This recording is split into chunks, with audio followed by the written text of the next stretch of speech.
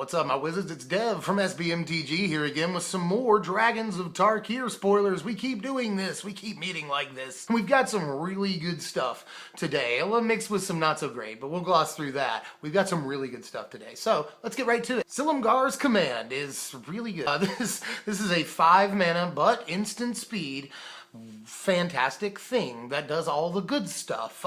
For 5 mana and instant speed, you get to choose two. You can negate, or you can boomerang, or you can nameless inversion, or you can destroy a planeswalker. You can destroy a planeswalker and do something else. So yeah, all of these are very desirable options, especially when mixed. You know, you could boomerang and destroy a planeswalker. You could destroy a creature and destroy a planeswalker. You could counter a planeswalker and destroy a planeswalker. So I'm not saying that that's going to be the most commonly used mode on the card.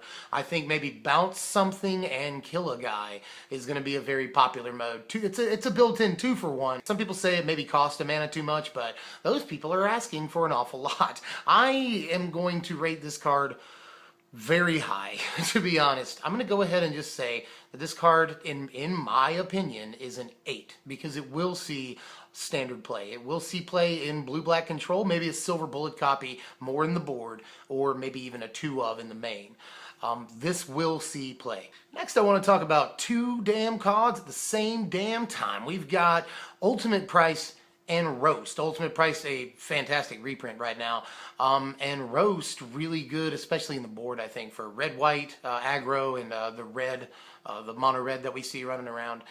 These are both good cards. Let me just run through this real quick. Both of these cards kill Goblin Rabblemaster. They kill almost everything in red-white tokens, including Monastery of Swiftspear and Seeker of the Way. They kill almost everything in blue-white heroic. That's fantastic, save for like 1 creature. Courser of Krufix and Brimaz. And Roast kills Siege Rhino, which is very important. And Ultimate Price kills Stormbreath Dragon, which is pretty important as well. Yeah, obviously these are both key removal pieces right now in the sideboard mostly. Ultimate Price probably will see Silver Bullet or 2-of copies in your blue-black control and some other things. But yeah, I think these are both premium removal spells in both limited and constructed. I am going to rate both of them equally a 7.5 for right this moment here. I think that they will, like I said, see some main deck and mostly sideboard play in constructed, almost guaranteed. So like I said, we got some not so impressive stuff. So about 4 or 5 of those cards are not great. So I'm going to just run through those real fast for you and tell you how I think they're bad. First bad thing, we got Assault of Dragons. And yeah, people are saying that this, with the 2 mana enchantment that they just spoiled a few days ago, there it is, I'll put it up, is a combo in that you can just sacrifice, I think it's 4 or 5, yeah, it's 5 guys, and you put 5 4/4s into play, you deal 20 damage, and you win the game. So, seems good, right? But honestly, that's a little niche. It is all the 1 color, that's kind of interesting, but 6 mana is very high. That is, you need all those guys, you need these 2 cards, and it is theoretically a combo, but I just think that seems very casual, honestly. Assault of Dragons, probably relatively good in sealed, maybe. I'm not quite sure even about that, actually. It's not like this is a new overrun or even a new mob rule, for that matter. I'll go ahead and just give Assault of Dragons a 5. Just a flat 5. I'm not a big fan. Next up in the not-so-great pile, we've got a really good card for limited, at least there's that. Cunning Breeze Dancer is what I'm referring to right now. Yeah, 6 mana 4/4 flying, double prowess, we'll just call this. Bread and butter in limited will not see standard play. I think we can more or less all agree on that one. So I'll give him a little better than Assault of Dragons. He gets a 5.5, whole half a point higher. Not, you know, he's bad. Next up, one of the worst cards that's been spoiled so far. This is Stormwing Dragon, and nothing that he does is good. Not really. I mean, let me know. Again, maybe I'm missing something. I'm always trying to be objective. Maybe I'm missing something, but I don't like the way he's costed. I don't like his Megamorph cost, or even really the ability.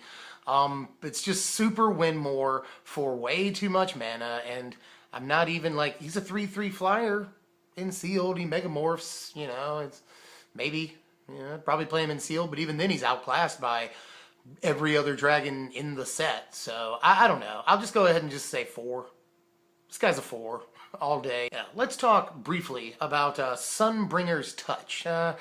Yeah, when you first read it, this seems kind of interesting, and this is closer to a new overrun than Assault of Dragons, definitely. But still not in any way impressive at all, Each creature with a +1/+1 counter gets trample until end of turn. Breaks up limited stalemates. Again, I'm just not a huge fan of this card, and I don't want to spend too much time on it because it's kind of lame. It's a 5.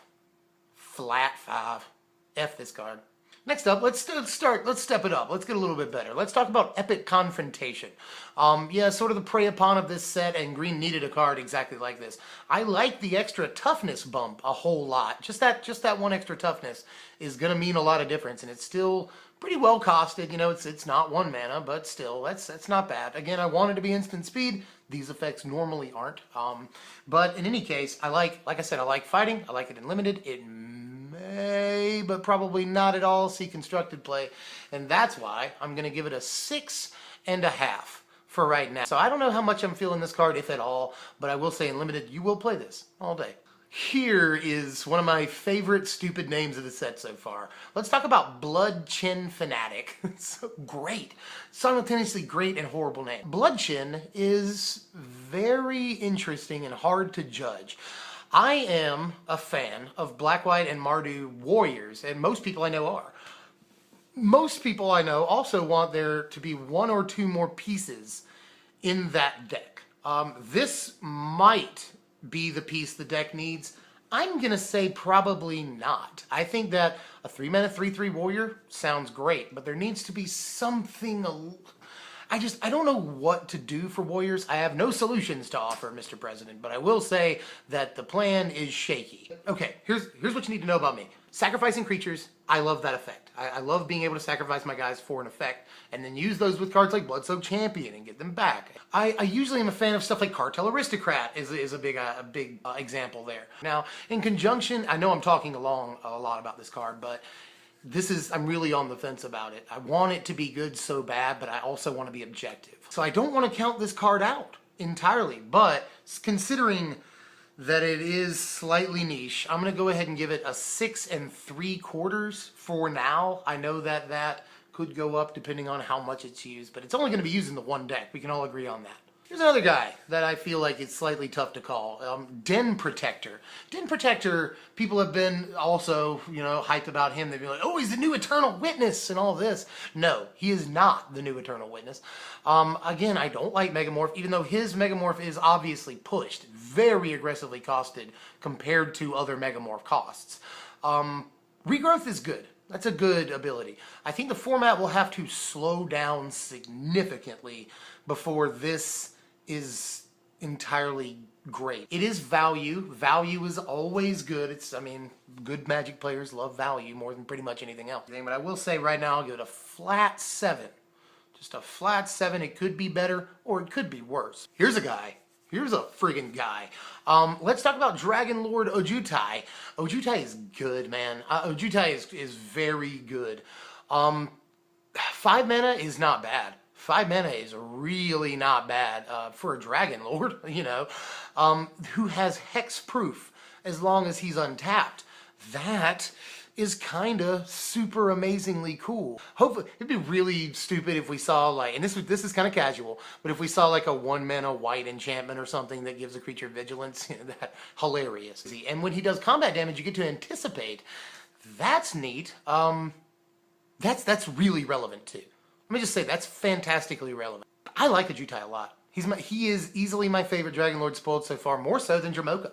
I think that this is just that good.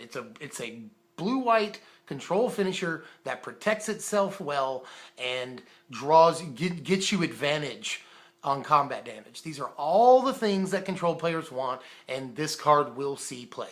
I'm going to give this card an 8. Straight up 8. That's pretty high, but I'm going to do it. 8. Here's another guy that protects himself, but nowhere near as well. This is Shorecaster Elemental. I like him. 3 mana, obviously he'll only be in blue intensive decks if he's in any decks at all. I think that maybe the 3 blue is too prohibitive to be in anything with more colors. But maybe not. Blue-white control, maybe, but I think blue-white control has better options. But that being said, this guy's really neat. He's obviously reminiscent of Morphling and Aetherling and those guys.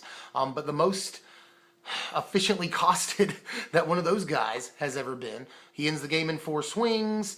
He doesn't have any sort of evasion, which is kind of an issue. But he protects himself incredibly well, which, as I've said before, is what you want in a control deck. So I'm going to give this guy a 7 right this second, but I think that he will at least be experimented with. Say that. Next up, this is a really good reanimation target. Let's talk about Atarka Dragonlord. Really cool enter the battlefield trigger. Super cool. Basically destroy a planeswalker that's not like Ugin or that doesn't have 6 loyalty. Anyway, yeah, that's not bad. Or just bust up most of your opponent's team. At least 2 guys on your opponent's team. This is a built-in 2-for-1 most times. As a reanimation target, which there are good reanimation spells. By the way, I really like, what is it, Return or Rescue from the Underworld? I don't know why that's never seen play. I really like that card. And especially now we have good Enter the Battlefield guys, and this is one of the best if you don't want to pay his full converted mana cost. I don't know how much play Atarka will actually see, so I'm going to give him a 7.25 as it stands right now, but reanimation target, y'all, and we've got plenty of ramp that could play this guy, so maybe there, possibly. It's a thing. Last card I want to talk about. You may have noticed that I saved him for last. Let's talk about another planeswalker that got spoiled. This is Sarkhan Unbroken, and every single thing he does is good. I'm torn.